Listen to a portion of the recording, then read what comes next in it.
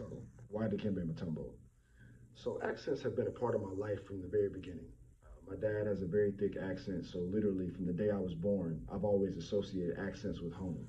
So, I was around 4 or 5 years old when I started really getting into basketball. And of course, growing up in Birmingham, Alabama, we don't have an NBA team here, but we would get a lot of Atlanta Hawks games on Fox Sports South. And by that time, Dikembe was playing for the Hawks.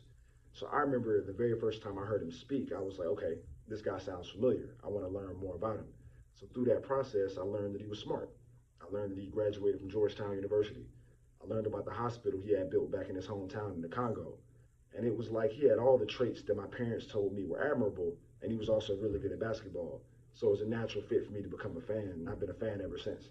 So fast forward to 2020, when I started really working on the book, and I was listening to one of my favorite podcasts, the Knuckleheads podcast, and Dikembe was a guest, and it was a great episode. Like learned a lot about him that I'd never known before.